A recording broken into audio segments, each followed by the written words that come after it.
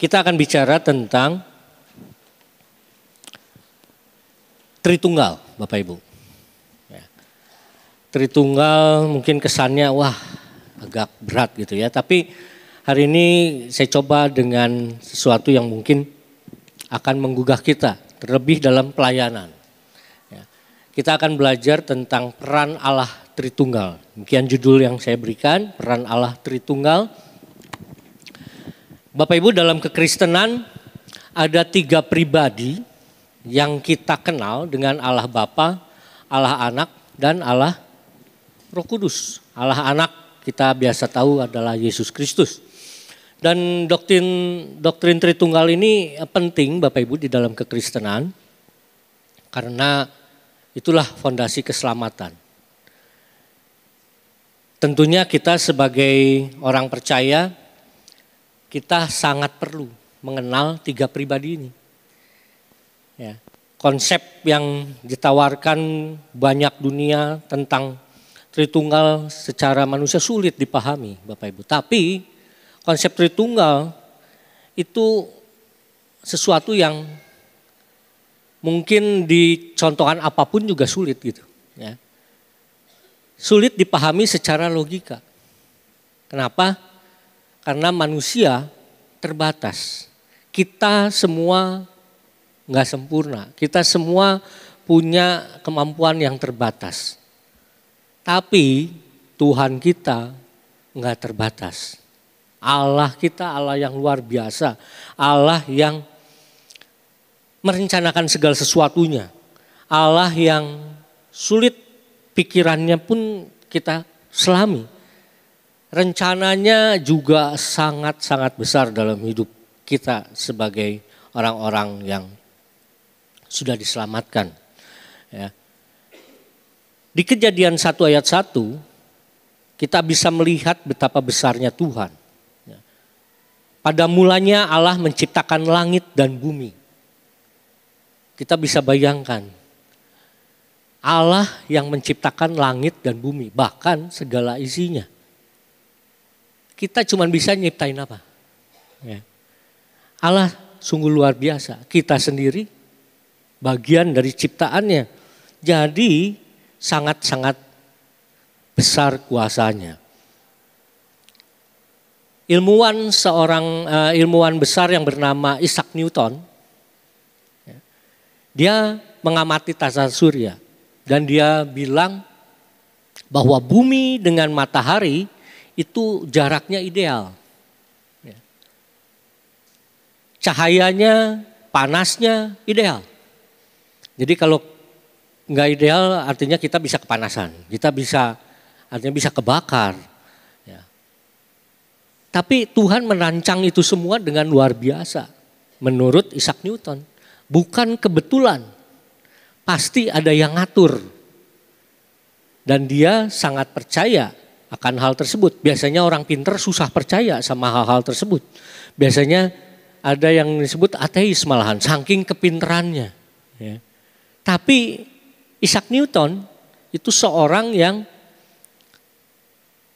taat dan bahkan rajin baca Alkitab. Mempelajari Alkitab. Dia sangat percaya dengan kuasanya Tuhan. Isaac Newton yang segitu pinternya masih rajin baca Alkitab. Kita apakah seperti itu? Ada program gedor kan namanya ya di kita ya. Nah kita diajarin supaya kita rajin baca Alkitab. Wah Pak, saya biasa baca 3 pasal, 4 pasal, 5 pasal. Oh ya nggak salah. Ya, kan digedor cuma 1 pasal, ngapain gitu ya. Cuma 1 pasal, turun dong derajatnya. Wah, enggak Bapak Ibu, kita belajar 1 pasal kenapa? Supaya semua yang tadinya juga enggak baca Alkitab, mulai baca Alkitab cuma 1 pasal, enggak susah. Ya. Mungkin 3 pasal waktu itu, waduh susah 3 pasal. Capek, keburu ngantuk katanya gitu ya. Nah tapi sekarang cuma 1 pasal, ayo kita belajar baca. Ya, ikut gedor. Ya, ikut gedor, cuma 1 pasal kok. Ya, tapi gimana yang udah biasa jadi 5? Apakah jadi harus jadi 1? Enggak usah, boleh Bapak Ibu tetap mau 5 pasal, mau 4 pasal, silahkan. Ya, ikut gedor. Ya, supaya apa? Jangan kalah sama Isaac Newton nih. Ya, kita bisa tahu di situ tentang Allah Tritunggal. Nah, kita bisa belajar dari Alkitab. Ya, jadi Allah itu yang pertama itu Allah yang luar biasa. Yang kedua kita lihat di sini kita juga nggak bisa mengabaikan tentang karya penebusan Allah dalam Yesus Kristus yang disalibkan. Ya.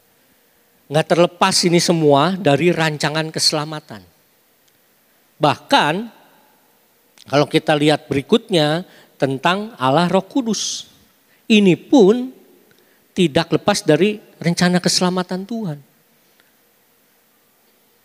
Roh Kudus diutus kepada kita untuk jadi penolong kita, untuk jadi penghibur kita. Dalam Yohanes 14 ayat 16 dikatakan aku akan minta kepada Bapa dan ia akan memberikan kepadamu seorang penolong yang lain. Supaya ia menyertai kamu selama-lamanya, Roh Kudus. Dalam Yohanes 16 ayat 17 dikatakan juga, namun benar yang kukatakan ini kepadamu adalah lebih berguna bagi kamu jika aku pergi. Sebab jikalau aku tidak pergi, penghibur itu tidak akan datang kepadamu. Tetapi jikalau aku pergi, aku akan mengutus dia kepadamu. Kita lihat Roh Kudus di sini ternyata fungsinya ada menolong, lalu ada juga menghibur. Nah, 3 pribadi ini yang kita kenal di dalam kekristenan, yaitu tadi Allah Bapa, Allah Anak yaitu Yesus Kristus dan Allah Roh Kudus. Banyak orang mencoba mengilustrasikan tentang Allah Tritunggal. Ada yang pakai rumus air, katanya benda cair, bisa beku es dan bisa menguap. Digambangkan dengan Allah Tritunggal, enggak bisa. Lalu ada juga yang bilang, dengan ilustrasi telur katanya. Ya, karena telur terdiri dari kulit telur, putih telur dan kuning telur. Itu kan ngarang-ngarang juga ya. Sebetulnya nggak bisa juga mengkonsepkan gambar seperti itu. Karena Tritunggal itu yang tadi saya bilang sulit untuk dipahami. Ya. Kalau Pak Rubin bilang manusia nih ada tubuh, jiwa dan roh. Walaupun dalam satu hakikatnya ada tubuh kita. Manusia sebagai manusia, tapi tidak sempurna juga tetap. Karena ya itu tadi, manusia itu tidak akan sempurna. Yang sempurna cuma satu, Allah Bapa kita. Amin. Nah, sekali lagi Bapak Ibu, sekali lagi konsep Tritunggal tidak bisa kita pakai teori-teori apapun. Ya, nggak bisa karena kita yang terbatas. Teori-teori kita terbatas. Jadi terus gimana dong? Apakah Allah Tritunggal ini konsepnya secara manusia salah atau gimana? Enggak, kita punya iman Bapak Ibu. Dalam pengakuan iman di GBI, kalau kita lihat setiap awal bulan itu kan versi ringkas. Ya, kalau kita minggu pertama perjamuan kudus kita suka baca pengakuan iman secara versi ringkasnya. Nggak dicantumkan secara khusus tentang Allah Tritunggal. Tapi kalau kita baca pengakuan iman GBI yang lengkap, dituliskan bahwa Allah yang Maha Esa itulah Allah Tritunggal, yaitu Bapa dan Anak dan Roh Kudus. 3 pribadi di dalam satu hakikat. Jadi ada 3 pribadi di dalam satu hakikat. Kuasanya sama, ya, semuanya sama. Ya, hanya pribadinya 3. Nah, di dalam peristiwa di Alkitab, di Alkitab itu ada beberapa peristiwa di mana dicatat kehadiran 3 pribadi secara bersamaan. Misalnya pada saat Yesus dibaptis, Yesus sendiri ada hadir. Lalu ada Allah yang mengatakan bahwa aku berkenan kepada anak. Dan ada juga merpati yang melambangkan sebagai Roh Kudus. Ada juga peristiwa-peristiwa lain di Alkitab. Salah satunya tentang Stefanus. Pembunuhan Stefanus. Kita baca di dalam Kisah Rasul 7 ayat 54 sampai 60, tapi kita cukup baca di ayat yang ke-55. Saya bacakan. Tetapi Stefanus yang penuh dengan Roh Kudus menatap ke langit lalu melihat kemuliaan Allah dan Yesus berdiri di sebelah kanan Allah. Amin. Jadi kita lihat di sini ada peristiwa di mana Stefanus dihakimi dan pada akhirnya dibunuh. Dia melihat ada Allah dan juga ada Yesus. Tapi kita lihat juga di sini bahwa Stefanus dipenuhi dengan Roh Kudus. Ada 3 pribadi yang muncul pada saat itu. Nah, pribadi yang pertama yang kita akan lihat di sini adalah Allah Roh Kudus. Dalam pelayanannya Stefanus, Allah Roh Kudus ini menguatkan, Bapak Ibu. Jadi yang pertama, Allah Roh Kudus menguatkan. Kalau di dalam bacaan yang tadi kita baca, ditulis di situ, tetapi Stefanus yang penuh dengan Roh Kudus. Stefanus, kalau kita baca dari pasal yang ke-6, adalah salah seorang pelayan yang dipilih oleh para rasul. Di mana pada saat itu para rasul diprotes, Bapak Ibu. Karena ternyata orang-orang miskin dan banyak orang lainnya juga tidak terlayani. Sehingga akhirnya para rasul ini minta supaya diajukan 7 orang yang benar hidupnya, lalu imannya dan roh, penuh dengan roh. Akhirnya ada 7 orang itu. Salah satunya adalah Stefanus. Dalam Kisah Rasul 6 ayat yang ke-5 dituliskan setelah diusulkan beberapa orang itu, dan usul itu diterima baik oleh seluruh jemaat, lalu mereka memilih Stefanus, seorang yang penuh iman dan Roh Kudus, serta beberapa orang lainnya. Kita baca nanti di pasal yang ke-6 ayat yang ke-5. Ternyata di situ dituliskan Stefanus seorang yang penuh iman dan Roh Kudus. Kalau kita lihat lagi di pasal yang ke-6 tersebut, ternyata Stefanus ini bisa membuat juga mujizat-mujizat dan tanda-tanda di antara orang banyak di ayat yang ke-8. Dan Stefanus yang penuh dengan karunia dan kuasa mengadakan mujizat-mujizat dan tanda-tanda di antara orang banyak. Orang yang dipenuhi dengan iman, orang yang penuh dengan iman akan Allah Bapa dan Allah Anak, dia juga akan dipenuhi oleh Roh Kudus. Ya, sehingga dia akan membuat mujizat-mujizat dan tanda-tanda di antara orang banyak. Saya percaya kita semua, Bapak Ibu, akan mengalami hal yang sama. Kalau kita dipenuhi dengan Roh Kudus, kita akan diberikan hikmat dan keberanian untuk melakukan hal-hal besar yang Tuhan nyatakan dalam kehidupan kita. Misalnya menyaksikan kebesaran Tuhan. Kadang kita kalau disuruh bersaksi agak susah. Takut karena orang itu ketakutannya kadang-kadang adalah takut ditolak. Kelihatannya simpel, tapi takut ditolak ini hampir dialami oleh banyak orang. Nah, Roh Kudus yang menguatkan kita untuk bersaksi. Seperti yang dialami oleh Stefanus. Dalam ayatnya yang ke-10, tetapi mereka tidak sanggup melawan hikmatnya dan roh yang mendorong dia berbicara. Siapa mereka itu? Mereka adalah orang-orang yang bertanya jawab dengan Stefanus. Yang melakukan bersoal jawab dengan Stefanus. Istilahnya sih mau nyobain gitu. Ya, mau tahu kayak apa nih Stefanus, bisa nggak nih jawab. Ternyata karena dia dipenuhi oleh Roh Kudus, dia bisa menjawab apapun yang ditanyakan oleh mereka. Dan mereka tidak sanggup lagi melawan hikmatnya. melawan hikmatnya yang disampaikan oleh Stefanus. Karena Stefanus dipenuhi oleh Roh Kudus. Dan Roh Kudus itulah yang mendorong untuk Stefanus bisa menyampaikan kebenaran-kebenaran.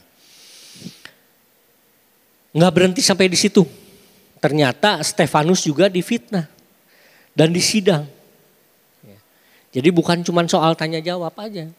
Setelah itu Stefanus disidang. Dihakimi. Karena difitnah. Tapi karena kuasa Roh Kudus, Stefanus bukannya berhenti, tapi dia malah menjelaskan tentang karya keselamatan Allah terhadap bangsa Israel. Kita bisa baca nanti di pasal yang ke-7 ayat yang ke-1 sampai ke-53. Itu berbicara tentang Stefanus saat menyampaikan kebenaran. Roh Kudus adalah sumber kekuatan yang sejati bagi kita. Bahkan kita lihat bagi Stefanus. Kita harus percaya bahwa dengan adanya Roh Kudus dalam hidup kita, dia yang akan menuntun hidup kita di saat kita dalam kesesakan dan saat ada masalah, saat ada pergumulan. Seperti Stefanus yang alami. Dia dalam masalah, dihakimi. Tapi dia bukannya berhenti, dia bukannya takut. Dengan kuasa Roh Kudus, dia dapat menyampaikan segala sesuatu. Roh Kudus adalah kekuatan bagi kita semua juga. Kisah Rasul 1 ayat 8 juga mengatakan bahwa kita akan diberi kuasa saat Roh Kudus turun atas kita. Jangan takut Bapak Ibu. Ada Roh Kudus yang bisa memberi kita kuasa, memberi kita kekuatan. Roh Kudus di dalam Efesus 1 ayat 13 sampai 14 mengatakan bahwa Roh Kudus adalah jaminan hidup kita juga. Dalam bahan komsel hal ini juga akan dicantumkan. Jadi dengan adanya Roh Kudus dalam hidup kita, selain dia menguatkan, dia juga memeteraikan hidup kita Bapak Ibu dalam karya keselamatan. Ada jaminan yang pasti. Kalau Bapak Ibu bikin perjanjian sama orang, baik beli rumah atau kontrak rumah dan sebagainya, ada metrei kan, ditandatangani. Ya. Cuma ada kabar sekarang ini ternyata beli tanah aja udah sekian lama bisa dipalsukan lagi ya. Dan akhirnya perjanjian kita ini kayaknya kok salah gitu ya. Kok bener yang dia gitu, padahal itu yang palsu gitu misalnya. Tapi janji Tuhan, meterainya Tuhan ini gak akan pernah salah dalam hidup kita. Ada kepastian dalam hidup kita. Amin. Ada kepastian dalam hidup kita. Kita pasti akan dimampukan oleh Tuhan. Jangan takut untuk bersaksi Bapak Ibu. Ya, Roh Kudus kasih ke kita hal-hal yang luar biasa. Bahkan kalau kita baca juga di dalam pasalnya yang ke-7 ayatnya yang ke-60. Di situ dituliskan bahwa Stefanus ini bisa mengampuni orang-orang yang membunuhnya. Di ayat yang ke-60 sambil berlutut ia berseru dengan suara nyaring, Tuhan janganlah tanggungkan dosa ini kepada mereka. Dan dengan perkataan itu meninggallah ia. Jadi dengan demikian beraninya Stefanus melakukan hal itu sampai dia juga rela untuk mati. Karena apa? Kuasa Roh Kudus. Dan kuasa yang sama terhadap kita juga untuk dapat kita melakukan perbuatan-perbuatan yang Tuhan inginkan dalam hidup kita. Perbuatan-perbuatan besar, bukan biasa-biasa aja. Roh Kudus memeteraikan hidup kita dalam karya keselamatan untuk memberi kekuatan bagi kita dalam hal melayani. Hal yang kedua Bapak Ibu, di sini pribadi kedua adalah Allah anak yang menebus. Kita tahu bahwa Yesus Kristus selama ini kita tahu, kita kenal bahwa dia disalibkan untuk menebus dosa kita. Stefanus saat dihakimi melihat kemuliaan Yesus yang berdiri di sebelah kanan Allah. Ini karena apa? Karena Stefanus menang atas iman dalam mempertahankan imannya itu. Menang karena dia setia juga di dalam mempertahankan imannya. Dia orang yang luar biasa menurut saya. Dia berani mempertahankan imannya. Dia berani tetap setia walaupun di tengah ancaman. Yesus yang mati di kayu salib menebus dosa kita. Dia punya otoritas yang tinggi. Punya otoritas yang tinggi. Bahkan kalau kita lihat yang mengakui bahwa Yesus adalah anak Allah, kepala pasukan saat penyaliban Yesus. Dalam Markus 15 ayat 39, kepala pasukan itu berdiri dan melihat.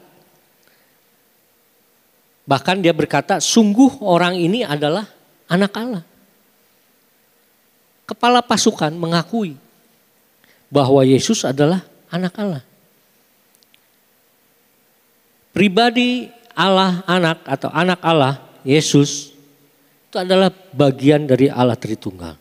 Yesus rela mati di kayu salib cuma buat kita. Dia rela merendahkan dirinya, rela turun dari surga, rela yang kaya, Yesus yang kaya ini jadi miskin. Dia jalan keselamatan bagi kita. Stefanus percaya pada Yesus, dia percaya, dia mendengar akan pengorbanan Yesus. Oleh karenanya dia berpegang teguh.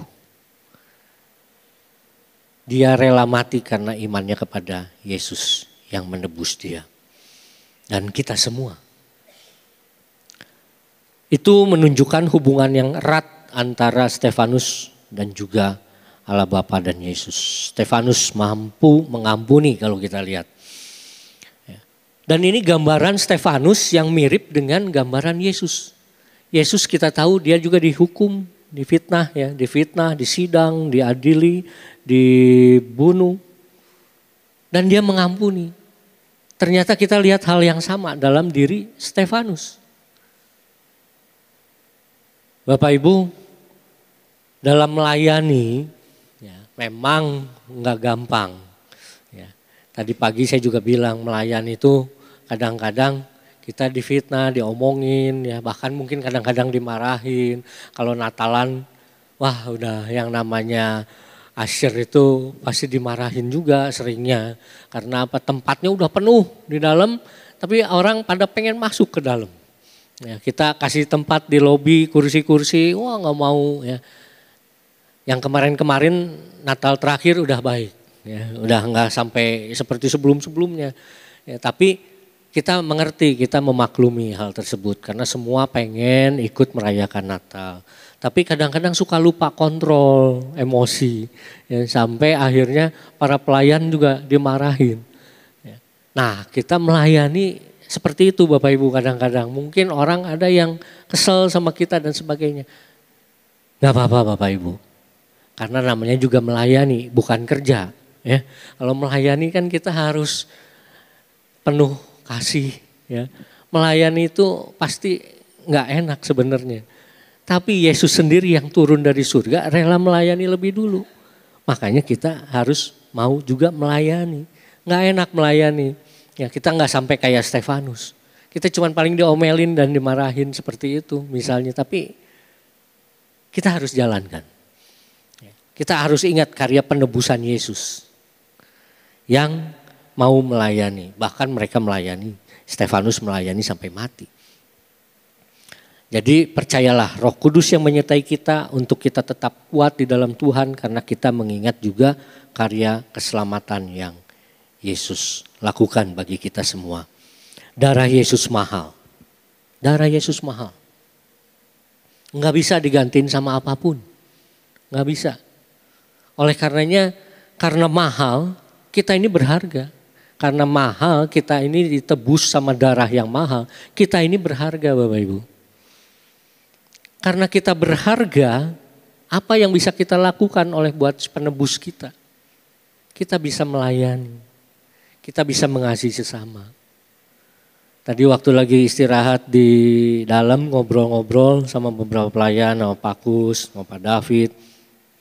Banyak pelayan kita juga yang ada juga yang kebanjiran. Ya. Saya juga tadi sempat nge-WA sama Pak Dudi. Gimana jalan ke sini Ciwastra gimana? Oh banjir, biasa jam 7 katanya datang ke sini. Tadi setengah 8 katanya. Ya, karena memang banyak banjir. Bahkan kita tahu di Bekasi sana banjirnya tinggi ya. Dilihat-lihat, waduh tinggi banget. Apa yang bisa kita lakukan dalam melayani hal tersebut? Minimal kalau kita tahu ada tetangga kita, teman kita atau saudara kita yang terkena itu. Pelayanan yang paling gampang buat kita minimal mendoakan. Minimal, tapi lebih baik lagi kita bisa hal yang lain. Ya. Di Cimahi dalam bulan ini ada yang namanya baksos. Ya. Mengadakan baksos. Nah, mungkin di sini pelayan-pelayan juga bisa aja mengadakan baksos. Atau mungkin dibantu oleh beberapa jemaat yang terbeban untuk hal itu. Jadi pelayanan kita nyata bagi masyarakat. Benar nggak? Ya. Aduh kita takut buat ini. Percaya kalau tadi darah Yesus yang begitu mahal menganggap kita bahwa kita ini berharga. Kita bisa melayani Tuhan. Karena kita disertai oleh Roh Kudus. Amin. Mari kita mulai untuk melayani buat Bapak Ibu yang belum pernah melayani, yang belum mau melayani, mulai sekarang kita bisa ikut melayani. Pelayanan kita banyak, nanti bisa tanya sama Pak Kus, apa aja sih pelayanan yang ada di sini? Tanya, terlibat dalam pelayanan, minimal bisa jangkau jiwa, benar nggak? Ya, tempat di sini masih ada beberapa yang kosong. Ya, tadi pagi lebih banyak yang kosong. Ya, sekarang nggak begitu banyak sih, ya ada beberapa yang kosong. Nanti udah tempatnya di atas Bapak Ibu 1000 lebih. Ya. Tempat sebanyak ini tuh orang sebanyak ini masih kelihatan kosong Bapak Ibu. Ya. Yuk kita sama-sama jangkau jiwa. Ya. Layani, ya, follow up jemaat-jemaat. Ada jemaat baru hari ini yang datang, boleh angkat tangan? Ada yang baru pertama kali datang? Bapak ini selamat datang Bapak Ibu. Ada lagi yang lainnya? Nah, biasanya saya nyambut gini kan di akhir ya Pak ya. Pak Kus biasanya nanti akan nanya siapa yang baru datang. Ya ini di tengah-tengah nggak apa-apa. Ya. Di follow up nanti Bapak ini ya. Supaya rajin datang. Siapa tahu Bapak juga bisa bawa teman-teman yang lain. Benar? Ya, dan kita penuhin tempat ini. Ya, dengan jiwa-jiwa baru ya Bapak Ibu, jangan salah, jangan sampai nanti jiwa-jiwa tempat lain ya, nanti kita rebut-rebutan, jangan. Tapi intinya kita bisa bawa jiwa baru, kenalkan mereka kepada Yesus. Ya. Pribadi yang ketiga adalah Allah Bapa. Dia mempunyai peran memilih, dia mempunyai peran memilih. Stefanus kalau kita lihat dia melihat kemuliaan Allah. Otoritas dari Allah Bapa kita itu nggak bisa dipertanyakan, nggak bisa didebat Bapak Ibu. Sama kayak presiden milih menterinya, punya otoritas, hak prerogatif. Allah Bapa memilih kita ada di sini itu juga semua haknya Tuhan, nggak bisa ditentukan, nggak bisa kita pertanyakan. Kenapa yang lain kok enggak gitu misalnya, nggak bisa. Karena itu hak prerogatifnya juga dari Allah Bapa. Dia yang memilih kita. Semua udah ada di dalam rencananya. Tadi kalau kita lihat dari Kejadian 1 ayat 1. Pada mulanya Allah bentuk langit dan bumi. Itu aja udah ditentukan dari awal dalam karyanya. Karya keselamatannya. Nah, kalau kita bicara juga dari Alkitab perjanjian lama sampai perjanjian baru, itu kita akan lihat bahwa Allah berdaulat penuh. Allah berdaulat penuh. Banyak orang bilang dalam perjanjian lama itu kok Allah kita kejam ya. Allah kita kejam. Sebaliknya justru. Allah kita Allah yang penuh kasih. Dia sampai rela, kalau kita baca dalam Yohanes 3 ayat 16. Dia rela mengaruniakan anaknya yang tunggal. Buat siapa? Buat kita semua orang yang berdosa. Ya, tadi kita udah lihat Allah anak disalib, mati. Cuma buat kita. yang berdosa. Jadi kalau kita udah dipilih ada di sini, kita harus bersyukur. Kita harus bersyukur. Ya. Bukan kejam malah kita. Ya. Kalau kita dihukum, kita bukan dihukum sebenarnya. Kita lagi diuji Bapak Ibu. Supaya apa? Supaya kita naik. Jangan sampai kita menyalahkan keadaan kita saat ini. Misal saat ini, aduh saya sakit ini kok gak sembuh-sembuh. Wah Tuhan jahat dan sebagainya. Bukan. Kita belajar untuk mengandalkan Tuhan. Amin. Kita andalkan Tuhan. Kita andalkan Tuhan. Karena semua ada di dalam rancangannya Dia. Ada dalam proses pemilihannya.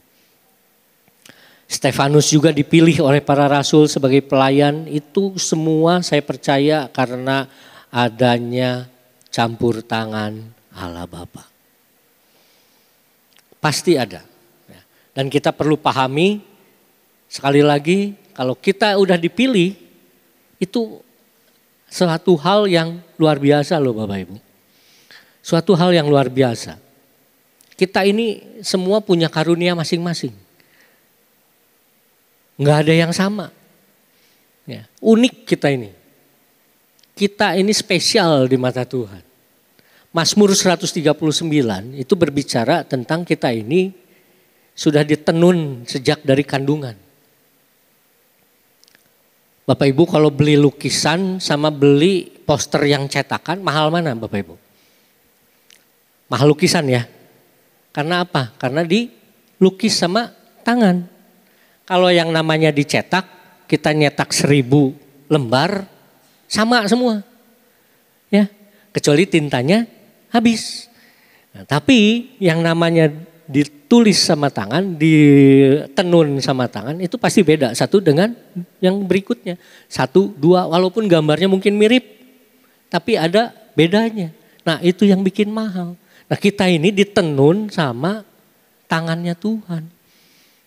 Jadi kita ini unik, kita ini luar biasa di matanya Tuhan.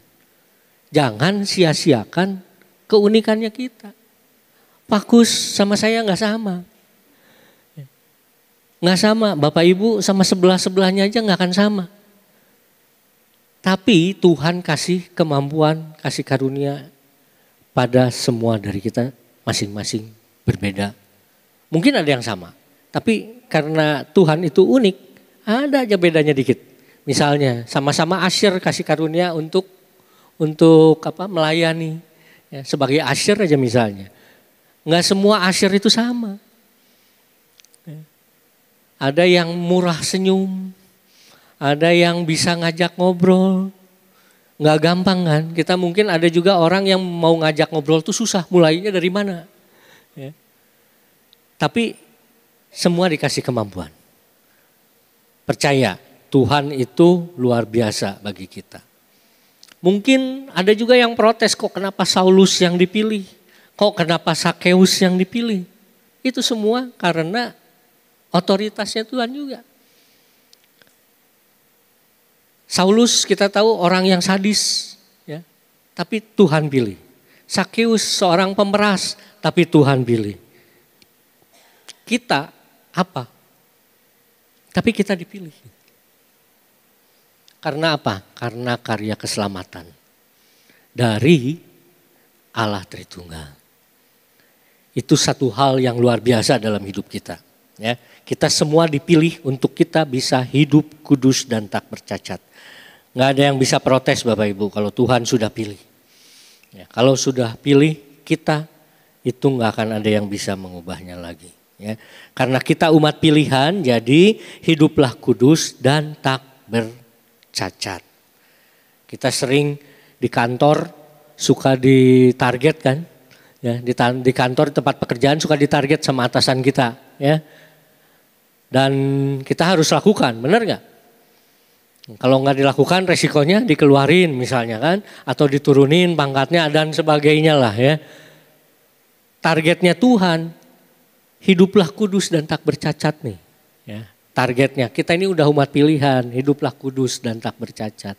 Gampang nggak? Enggak memang.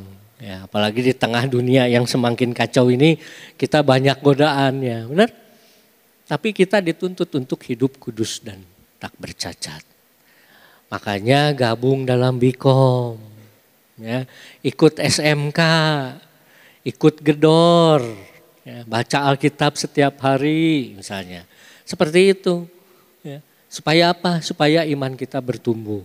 Supaya kita mau melayani. Supaya kita semakin terjaga rohaninya. Benar? Kalau kita terjaga rohaninya, hidup kudus ini udah ada di dalam itu. Ya, jadi targetnya hidup kudus dan tak bercacat. Ya, ikutlah gedor, ya, rajin. Ada yang sudah ikut gedor? Ada yang ikut gedor? Wah, dikit. Yuk kita semua belajar ikut gedor. Dari mana? Dari GBI Apps ada, dari website juga ada. Nanti mungkin bisa dikasih sama Pak Kus, ya, yang enggak ini. Bacanya satu pasal satu hari, ya, tadi saya bilang juga kan. Pasal satu hari, enggak apa-apa. Ya, tapi kita mulai belajar dari satu pasal satu hari itu. Terus berjalan, kita akan lama-lama tahu. Dan lama-lama kita senang baca Alkitab. Senang baca Alkitab lama-lama. Ya. Kalau yang belum baca Alkitab, yuk mulai baca Alkitab sekarang. Ya. Coba saya tanya, ada yang gak punya Alkitab gak? Ini jangan malu-malu, nanti saya mau kasih Alkitab. Saya ada 2 Alkitab terjemahan baru. Ya. Nanti yang pertama datang ke Pak Kus, sudah selesai ini. Nanti hubungi Pak Kus, nanti saya titipin minggu depan. Ya, kasih Pak Kus, ya. Ada Alkitab terjemahan baru, nanti saya kasih 2. Yang gak punya Alkitab, walaupun mungkin bukan gak punya Alkitab, gak pernah baca Alkitab, ya, mungkin bacanya lewat digital. Ya, tapi yang gak punya Alkitab dan mungkin sulit nyari Alkitab atau gimana, boleh minta ke Pak Kus. Nanti 2 orang yang pertama ke Pak Kus saya kasih Alkitabnya. Ya, nanti minta ke Pak Kus sudah pulang dari sini. Ya, ada 2 Alkitab buat Bapak Ibu yang memang benar-benar belum punya. Nah, sebagai penutup Bapak Ibu, peran Allah Bapa, Yesus, dan Roh Kudus harusnya membuat kita bertambah setia dan mau melayani sungguh-sungguh. Amin. Jadi peran yang tadi kita lihat, Allah Bapa memilih, Yesus menebus, Roh Kudus itu menguatkan kita. Harusnya bikin kita tambah setia sama Tuhan. Harusnya bikin kita mau mulai melayani dan bahkan melayani dengan lebih sungguh-sungguh lagi. Amin. Mau melayani? Saya percaya semua di sini jemaat yang melayani. Melayani memang bukan harus di gereja aja, ya. Bisa juga di luar. Bahkan pelayanannya bisa mungkin gampang juga, mendoakan. Jadi pendoa, jadi pelawatan, pemerhati dan sebagainya. Tapi ngobrol dulu sama Pak Kus, ya. Nanti ngobrol dulu sama Pak Kus supaya kita terarah. Ya. Mungkin karunia-karunia apa yang belum kita kelihatan atau apa. Sebetulnya ada tes karunia juga. Ya, supaya kita mengetahui apa sih karunia kita, mungkin mengajar, ya, mengajar mulai ikut dulu SMK supaya kita bisa mulai nanti jadi mentor. Kalau kita udah lulus SMK berakar, jadi mentornya untuk berakar dan seterusnya. Ya. Jangan takut untuk melayani Bapak Ibu. Ya. Banyak ladang untuk kita bisa melayani.